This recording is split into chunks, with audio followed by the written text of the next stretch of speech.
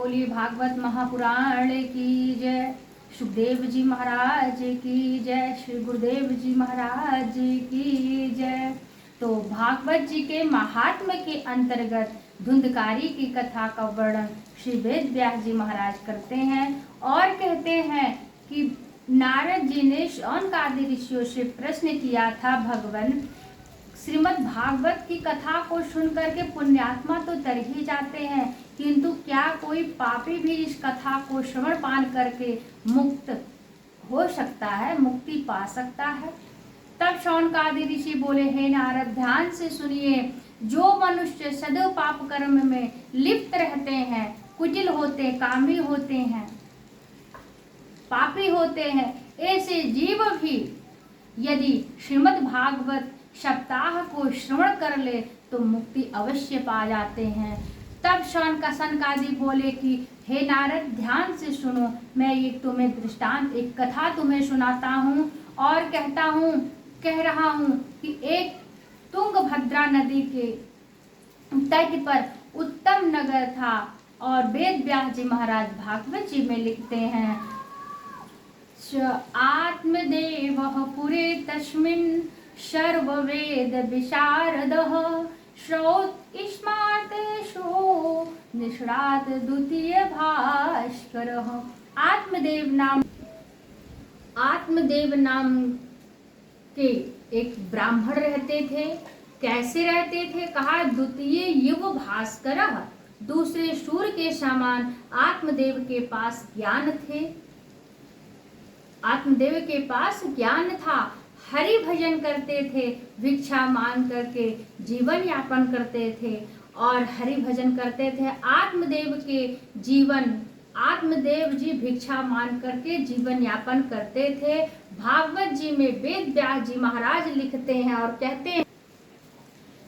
कहते हैं भिक्षु का वित्तवालोके तत्प्रिय धुंधली स्मृतः स्ववाक्या स्थापिका नित्यं सुंदरी सुकुलो भवात्।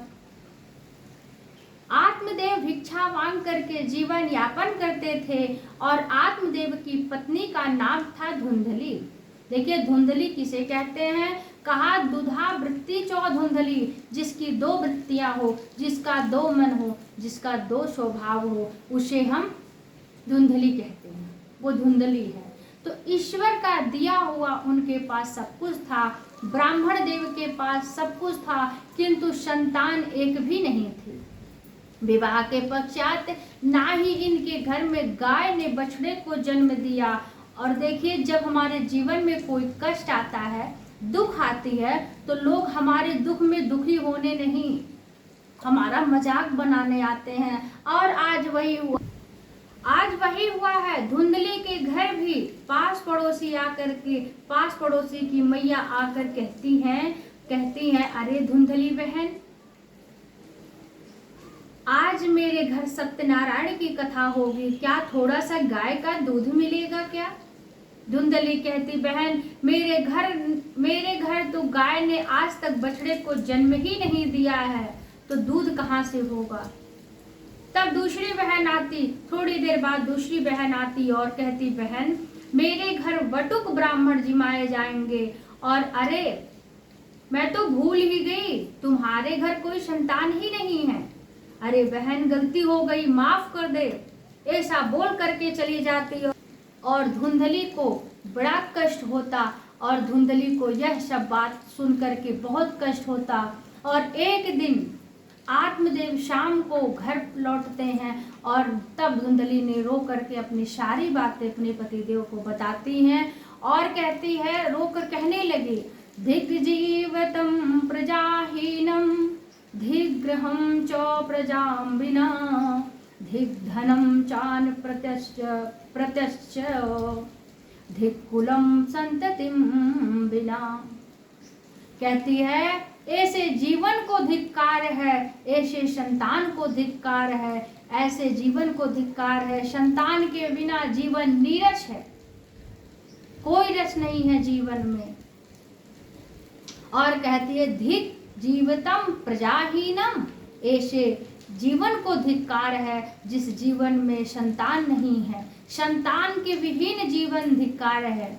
धिग्रहम चाम प्रजाम बिना, ऐसे घर को धिक्कार है जिस घर में संतान नहीं है।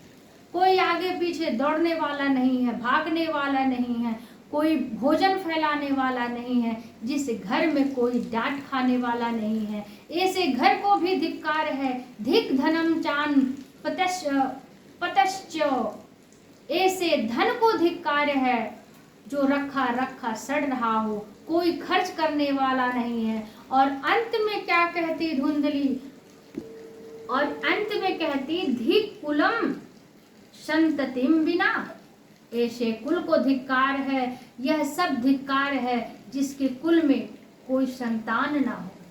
यह सब बातें सुन करके आत्मदेव को बहुत कष्ट हुआ, बहुत पीड़ा हुआ। आत्मदेव ने जा करके घर से निकल गए और वन में चले गए, और वहां जाकर आत्मदेव जी रो रहे हैं। तभी वहां से एक महात्मा निकले और देखा एक ब्राह्मण देव रो रहे हैं। महात्मा ने ब्राह्मण देव से पूछा और कहा, हे ब्राह्मण देव, देखने से तो आप विद्वान ब्राह्मण लगते हैं, किंतु प्रतीत होता है कि आपको बहुत बड़ा कष्ट है, आपको बहुत बड़ा कष्ट है। अपने दुख का कारण मुझे बताइए। तब आत्मदेव जी ने अपना परिचय बताते हुए अपना दुख बताया और कहा, भगवान मुझे संतान चाहिए, मुझे संतान चाहिए। तब संत भगवान कहते हैं कि तुम्हारे भाग्य और प्रारब्ध को देखकर ऐसा लगता है कि इस जन्म में क्या अगले 7 जन्मों तक तुम्हें कोई संतान नहीं होगी, संतान सुख तुम्हारे जीवन में नहीं है। इसलिए हे ब्राह्मण, यह संतान का मोह छोड़ दो, छोड़ दीजिए। संत ने समझाया, अनन्य ममता विश्व ममता प्रेमा संगता भावशयेक सांद्रात्मा बुद्धि प्रेमा निगध्यते। जीवन में जहाँ भी रिक्त रिक्त स्थान हो वह मेरे गोविंद को स्थापित कर दो। पुत्र नहीं है तो क्या हुआ, गोविंद को अपना पुत्र मान लो। आत्मदेव को संत ने बहुत समझाया और कहा, मुंचा ज्ञानम प्रजारूपम बलिष्ठा कर्मणो गति विवेकम तु क्षमा साध्य त्यज संसार वासना। आत्मदेव जी से संत ने कहा, कर्म की गति बड़ी बलिष्ठ है, कर्म की गति बड़ी बलवान है। संतान रूपी झूठे मोह का त्याग कर दो। और आत्मदेव को संत भगवान अनेक प्रकार से समझाते हैं और कहते हैं, संतान रूपी झूठे मोह का त्याग कर दो और जंगल में जाकर के हरि का भजन करो, तप करो। आत्मदेव जी ने कहा, भगवान मुझे संतान तो चाहिए ही, यदि मुझे संतान की प्राप्ति नहीं हुई तो मैं आपके श्री चरणों में सिर पटक पटक करके अपने प्राण को त्याग दूंगा। महात्मा जी कहने लगे, भगवान ये मैं कहाँ फंस गया, मेरे चरणों में ये प्राण त्याग कर मुझे ब्राह्मण हत्या का पाप लगाएगा। और ऐसा संत भगवान ने ऐसा विचार किया और अंत में सोचा कि यदि ब्राह्मण मेरे सामने, क्योंकि देखिए कहते हैं तुलसीदास जी लिखते हैं, संत हृदय नवनीत समाना। संत का हृदय बड़ा सरल होता है, बड़े जल्दी दया कर देते हैं। और संत भगवान ने आत्मदेव को अपनी झोली से निकाल करके एक फल दिया और कहा, अपनी पत्नी को इस फल को खिला देना। यदि संतान को गुणवान चाहते हो, पुत्र को बढ़िया चाहते हो, आदर्शवान चाहते हो, अच्छा पुत्र चाहते हो, तो अपनी पत्नी को कुछ नियम बताना, दान करे, पुण्य करे, सोच सर सफाई से रहे, पवित्रता रहे। कुछ नियम बता रहा संत ने कि अपने पत्नी को बता देना, उन नियमों का पालन करे। आत्मदेव जी घर आकर के वह फल अपनी पत्नी को देते हैं और पत्नी को खाने के लिए दिया। धुंधली ने वह फल तो ले लिया किंतु विचार करने लगी। कहते देखिए दुधावृत्ति चौ धुंधली, जो एक बार ये चीज चाहिए एक बार नहीं चाहिए, करना है और नहीं करना, दुधावृत्ति। तो धुंधली ने विचार करती है कि यदि मैं इस फल को खा लूंगी तो मुझे गर्भ धारण करना पड़ेगा, मैं गर्भवती हो जाऊंगी, और यदि मैं फल खा ली तो मैं गर्भवती हो जाऊंगा। कहीं ऐसा ना हो कि सुखदेव जी ने जो सुखदेव जी थे वो 12 वर्ष माँ के गर्भ में रहे थे, और यदि हमारे साथ भी ऐसा हुआ तो मेरा क्या होगा। रे राम राम, मैं ऐसा नहीं खाऊंगी। यदि रात्रि को चोर आ जाते हैं, घर में चोरी होती है, तो मैं कैसे भागूंगी। अनेक प्रकार के उसके मन में तर्क वितर्क आता है। इतने में धुंधली की बहन वहां आ गई और धुंधली ने सारी बात अपनी बहन को बताती है और कहने लगी, बहन देखो धुंधली, देखो एक फल एक संत ने दिया है, अब बताओ मैं इस फल का क्या करूं। धुंधली की बहन कहती है, धुंधली बहन देखो तुम्हारे घर में खाने को बहुत है पर खाने वाला कोई नहीं है, अब पर मेरे घर में खाने को कुछ नहीं है, मेरे घर खाने वाले बहुत हैं। तो इसलिए एक काम करो, अब की बार जो मेरी संतान होगी उसको मैं तुम्हें ला कर दे दूंगी और उसके बदले में तुम मुझे धन दे देना। बात तय हो गई। ऐसा धुंधली की बहन ने अपनी धुंधली से कही, अपनी बहन से, और समय आने पर उसकी बहन ने रात्रि एक बालक को जन्म दिया और वो बालक ला करके रात्रि के अंधेरे में ला करके उसकी बहन ने चुपचाप उस बालक को धुंधली को दे दिया और दे दिया। सुबह हल्ला हो गया कि धुंधली ने एक लल्ला को जन्म दिया। जो फल महात्मा ने दिया था वह गाय को खिला दिया। आत्मदेव ने अपने पुत्र का नामकरण किया, पुत्रस्य धुंधकारीति नाम मात्रा प्रतिष्ठितम। धुंधली ने कहा मेरा नाम धुंधली है तो मेरे अपने पुत्र का नाम मैं धुंधकारी रखूंगी। सनत कुमार जी कहते हैं, नारद जी पुत्र जन्म के 3 महीने बाद गाय ने ये कथा शंख आदि ऋषि नारद जी को सुना रहे हैं। कह रहे हैं कि नारद जी पुत्र जन्म के 3 महीने बाद गाय ने एक सुंदर बछड़े को जन्म दिया और आत्मदेव ने गाय के बछड़े का नाम गोकर्ण रख दिया। सनत कुमार कहते हैं आगे चलकर गोकर्ण जी महान ज्ञानी बने, किंतु धुंधकारी गलत संगत में पड़ गया। और कहते हैं गोकर्ण पंडितो ज्ञानी धुंधकारी महाखलह। इसलिए बच्चों को कहते हैं कि बचपन में संस्कार देना चाहिए, क्योंकि देखिए जो वृक्ष एक पौधा हम लाते हैं उसको लगाते हैं, हम जिधर चाहे उधर मोड़ सकते हैं, लेकिन वही पौधा यदि वृक्ष में परिवर्तित हो जाता है तो उसे मोड़ना असंभव है, नहीं मोड़ सकते हैं। इसलिए कहते हैं बच्चों को बचपन में ही संस्कार देने चाहिए। धुंधकारी बड़ा हो गया, चोरी करने लगा, वैश्याओं के साथ रहने लगा, वैश्यागमन करने लगा। जो भी घर में धन रखा था वह भी ले जा करके उन वैश्याओं को देता था। माता धुंधली को पीटने लगा। सत्संग नहीं करोगे तो अज्ञान रूपी धुंधकारी आपका कल्याण नहीं होने देगा। एक दिन तो धुंधली ने इतनी परेशान हो गई कि कुएं में जाकर के कूद कर आत्महत्या कर ली। रात्रि के समय आत्मदेव फूट फूट कर रो रहे हैं, तभी गोकर्ण जी आते हैं।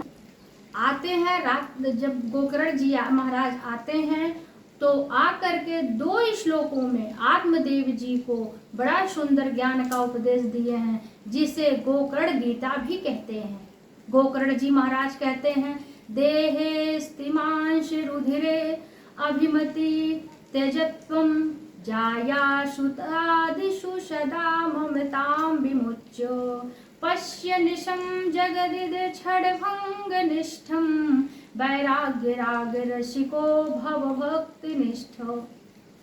गोकर्ण जी अपने पिता को ज्ञान का उपदेश देते हैं और कहते हैं, हे पिताजी, शरीर रूपी मकान को ब्रह्मा जी ने बनाया है, मांस मज्जा डालकर यह शरीर किराए का घर है। और हे पिताजी, इसका नाम पंचायती है, क्योंकि मानस में लिखा है, छित जल पावक गगन समीरा, पंच रचित यह अधम शरीरा। पृथ्वी, जल, अग्नि, आकाश, वायु, इन सब 5 चीजों से हमारा तन निर्मित हुआ है, हमारा शरीर बना है। और यह 5 तत्वों से हम अपने 5 तत्वों से जो बना है, ये 5 तत्व अपने अपने में विलीन हो जाते हैं। किंतु हम सांसारिक प्राणी इस किराए के मकान को अपना मान बैठते हैं। क्योंकि देखिए, यदि हम कहीं भाड़े पर, किराए पर हम मकान लेके रह रहे हैं और अचानक से मकान मालिक कह दे, नहीं मुझे खाली करवाना है, तो यदि हमारी इच्छा नहीं है, हमारी राजी नहीं है, हम राजी नहीं है खाली करने को, लेकिन फिर भी मकान मालिक यदि कह रहा है तो मुझे, मेरी राजी नहीं है, फिर भी कुराजी से मुझे खाली तो करना ही पड़ेगा। ठीक इसी भांति हमारा यह शरीर है, हमारा शरीर है, मकान है ये पंचायती, इसीलिए इसको पंचायती कहा गया है। एक दिन यह खाली करना ही पड़ेगा, चाहे हम राजी से करें, चाहे हमको राजी से करें। तो गोकर्ण जी महाराज कहते हैं, हे पिताजी, अहमता और ममता ये 2 ही बंधन का कारण हैं। अपने शरीर से प्रेम और मैं, मेरा परिवार सब बंधन का कारण है। हे पिताजी, ममता को त्याग दीजिए, भक्त जनों का संगत कीजिए। दूसरे श्लोक में कहते हैं गोकर्ण जी महाराज, धर्मं भजस्व सततं त्यज लोक धर्मान, सेवस्य साधु सुषुप्साब्जहि काम तृष्ण, अनाश्य दोष गण चिंतन मासु मुक्त्वा, सेवा कथारस महो नितराम पिपत मृत। धर्म क्या है? कहा, धर्म व्यापार करना ही धर्म है, धन कमाना धर्म है, मंदिर जाना धर्म है, पर परम धर्म क्या है? कहा, कृष्ण की प्राप्ति ही परम धर्म है। और आत्मदेव जी गोकर्ण की इन वचनों को सुन करके अपने घर को छोड़ दिया और वन को चले गए। घर में अकेला धुंधकारी बचा, जो वैश्याओं के साथ वैश्याओं को घर में ला करके रखता। एक दिन की बात है, एक राजा के वहाँ धुंधकारी चोरी करने गया, चोरी करके कुछ सामान लाया, वैश्याओं को दिया। तो वैश्याओं ने विचार किया कि यदि राजा ने इसे पकड़ लिया तो इसके साथ साथ मुझे भी पकड़ लेंगे। इसलिए 5 वैश्याओं ने मिल करके रस्सी से इसे पलक में बांध दिया और जलते हुए अंगारे इसके मुख में भर दिया और इसको मार डाला। धुंधकारी प्रेत बन गया। गोकर्ण जी तीर्थ यात्रा पर गए हुए थे, उन्हें पता चला कि तो धुंधकारी की मृत्यु हो गई है। उन्होंने गया जी में जाकर के श्राद्ध किया। एक दिन यात्रा पूर्ण करके गोकर्ण जी घर वापस आए। रात्रि के समय अपने कक्ष में प्रवेश किए तो देखा एक बकरी का बच्चा हाथी बन गया। देखते हैं कि भैंस बन गया। गोकर्ण जी ने हाथ में जल लेकर के उसके ऊपर फेंका और पूछा कि तुम कौन हो? तब उस प्रेत ने बोला, अहम भ्राता त्वदीयोऽस्मि धुंधकारी नामतः, त्वयि एनैव दोषेण ब्रह्मत्वं नासिकां मया। कहा, मैं आपका भाई हूँ। धुंधकारी अपने बुरे कर्मों के द्वारा मैं आपका भाई हूँ। धुंधकारी अपने बुरे कर्मों के द्वारा मेरा शरीर ये नष्ट हो गया, ब्राह्मणत्व तो नष्ट हो गया है। मैं ब्राह्मण था, लेकिन अपने बुरे कर्मों के कारण मैं नष्ट हो गया हूँ भैया, मैं प्रेत बन गया हूँ। गोकर्ण जी बोले, मैंने तो तुम्हारी मुक्ति के लिए श्राद्ध कर दिया है, श्राद्ध कर दिया है, फिर भी मेरी मुक्ति होने वाली नहीं है। और रात्रि भर गोकर्ण जी भी चिंता में पड़े रहे, क्या करे क्या ना करे। तब सूर्य नारायण ने बताया, इति सूर्यवचः सवैर धर्म रूपम तु विश्रुतम श्रीमद् भागवत मुक्ति सप्ताहम वाचनम कुरु। हे गोकर्ण जी, धुंधकारी का उद्धार करने के लिए भागवत कथा, इन्हें भागवत कथा का श्रवण कराएं। श्री गोकर्ण जी महाराज वक्ता बने और श्रीमद् भागवत कथा का आयोजन किया गया। धुंधकारी की मुक्ति के लिए प्रेत कहीं बैठ नहीं सकता, क्योंकि वायु उसे उड़ा ले जाएगी। इसलिए धुंधकारी के बैठने के लिए 7 ग्रंथि का बांस लगाया गया और उस पर काला ध्वजा धुंधकारी उसी बांस के अंदर आकर विराजित हो गया। प्रथम दिन की कथा के उपरांत उस बांस की प्रथम ग्रंथि फट गई। द्वितीय दिवस के इसी प्रकार से एक एक करके 7 दिनों में बांस की 7 ग्रंथियां चट हो गई, मतलब चटक गई, फट गई। और विराम के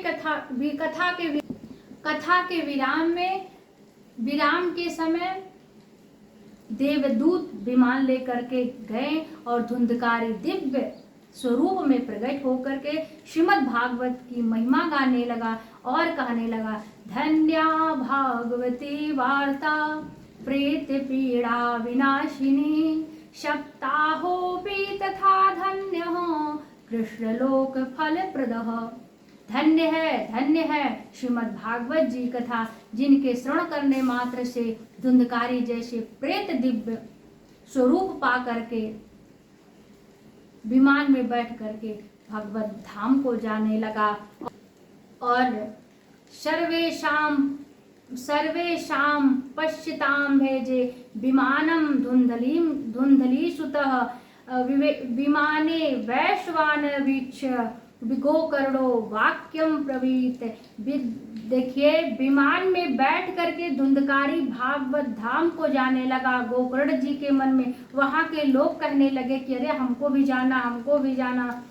धुंधकारी को जाते हुए लोग देखे, सबने सोचा कि मैंने भी श्रवण किया है। गोकर्ण जी महाराज भी सोच रहे हैं मन में कि कथा तो हजारों लोगों ने श्रवण किया,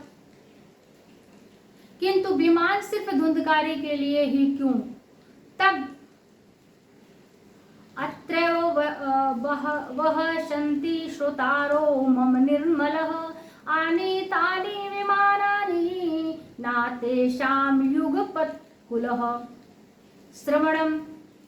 श्रवणस्य विभेदेन फलभेदोक्त स्थितः श्रवणं तु कृतं सर्वैर्न मननं कृतं। प्रभु पार्षद कहते हैं, कथा पांडाल में उपस्थित होकर कथा हजारों भक्त श्रवण करते हैं, किंतु प्रत्येक व्यक्ति कथा को निर्मल मन से श्रवण पान कर रहा हो, ऐसा आवश्यक नहीं है। तब श्रवण करने में भेद है। कुछ लोग सिर्फ कथा को श्रवण ही करते हैं, कुछ लोग कथा को श्रवण के साथ साथ मनन भी करते हैं। जो लोग कथा को श्रवण करके मनन नहीं करते, उनका श्रीमद् भागवत जी कल्याण नहीं कर सकती। श्रवण का अर्थ होता है कथा को, भागवत की कथा को सुन करके जीवन में, हृदय में रख करके समय आने पर जीवन में उतार ले, इसे कहते हैं श्रवण भक्ति। तो देवदूत यह सब बात बता करके धुंधकारी को लेकर के चले गए। श्रावण मास लिखते हैं व्यास जी महाराज, श्रावण मासी गोकर्ण कथा मुचे तथा पुनः सप्तराति भूयः श्रवणम तय कृतम पुनः। अगली कथा गोकर्ण जी ने श्रवण मास में सुनाई और श्रोताओं को कथा को श्रवण करके उसका मनन भी किया और इसके फल स्वरूप विमान आया और उसमें गोकर्ण जी के साथ साथ सभी श्रोतागण विमान में बैठ करके भगवत धाम को चले गए। अयोध्यावासिनः पूर्व यथा रामेण संगतः तथा कृष्णेन ते नीता गोलोक योगिर दुर्लभ। जिस प्रकार अयोध्यावासी श्री राम जी के साथ साकेत चले गए थे, उसी प्रकार गोकर्ण जी के साथ सभी श्रोता गोलोक चले गए। बोलिए वृंदावन बिहारी लाल की जय। तो इस तरह से भागवत जी में गोकर्ण धुंधकारी आत्मदेव की कथा का वर्णन श्री वेद व्यास जी महाराज करते हैं। और आगे सप्ताह की विधि नारद जी ने शौनकादि ऋषियों से पूछी है। तो बोलिए राधा रमण सरकार की जय।